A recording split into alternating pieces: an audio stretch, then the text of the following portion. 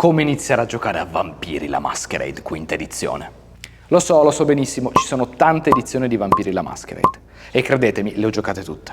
Ma oggi parliamo dell'ultima, la quinta edizione. Di tutte le altre ne parleremo presto in un altro video. Ma ora seguitemi perché vi mostrerò come diventare dannati. Vampiri è ambientato nel mondo di Tenebra, un mondo che sembra uguale al nostro, ma solo in superficie. Grattate via la vernice della civiltà e troverete segreti, violenza, sangue. Grattacieli che non sono solo palazzi, ma torri di potere dominate da predatori immortali. Vicoli che non sono solo sporchi, ma brulicanti di occhi affamati. Qui i vampiri non vivono in castelli sperduti, ma nella vostra città. Forse nel vostro palazzo, forse alla festa di ieri sera e forse anche la ragazza che vi ha sorriso ieri sera era una di loro. Il mondo di Tenebra è un riflesso distorto della nostra realtà, un luogo di polizia corrotta, istituzioni indifferenti, razzismo, odio e brutalità, ma con un'aggiunta, l'orrore sovrannaturale. E soprattutto ricordate, in Vampiri non esistono eroi, i personaggi non sono avventurieri romantici, sono dannati, creature che sopravvivono nutrendosi del sangue dei vivi, sono ipocriti, manipolatori, predatori che fingono umanità ma rimangono mostri.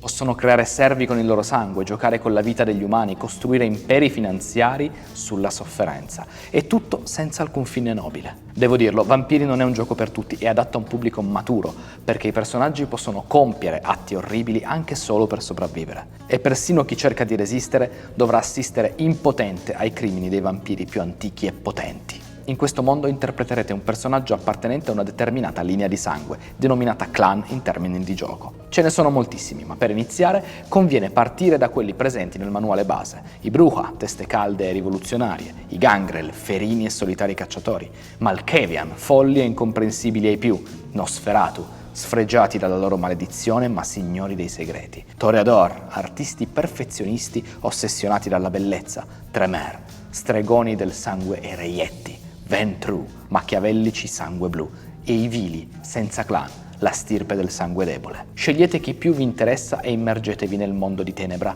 con un master, anzi con un narratore che vi guiderà nella cronaca. Se volete iniziare a budget zero vi consiglio di scaricare Mostri, il quick start gratuito che troverete sul sito di Need Games.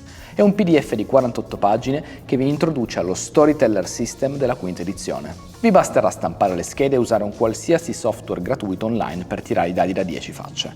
Se volete investire poco di più, potete prendere Sangue Fresco, la quick start digitale a 7,90 €. Contiene regole, schede del personaggio, carte dei nemici e vittime e una mappa relazionale da compilare. Perfetta per iniziare subito a giocare. È forse il modo migliore per iniziare a giocare a budget basso. Se vi innamorate di questo gioco, e succederà, il manuale base è la prima scelta, magari aggiungendo La caduta di Londra, una campagna prestrutturata perfetta per partire con la vostra coterie, che è un gruppo di vampiri nel gergo di gioco. E per chi vuole il massimo esiste anche una Deluxe Edition meravigliosa, con una copertina in similpelle nera, titoli rossi incisi, una vera opera d'arte. Quando sarete pronti per espandere la vostra esperienza, potete aggiungere manuali come Culti degli Dei del Sangue o la nuova guida del giocatore, perfetti sia per i narratori che per i players. Spero di avervi dato una buona infarinatura su come iniziare a giocare a Vampiri la Masquerade quinta edizione. Buonanotte e buona caccia dal vostro master.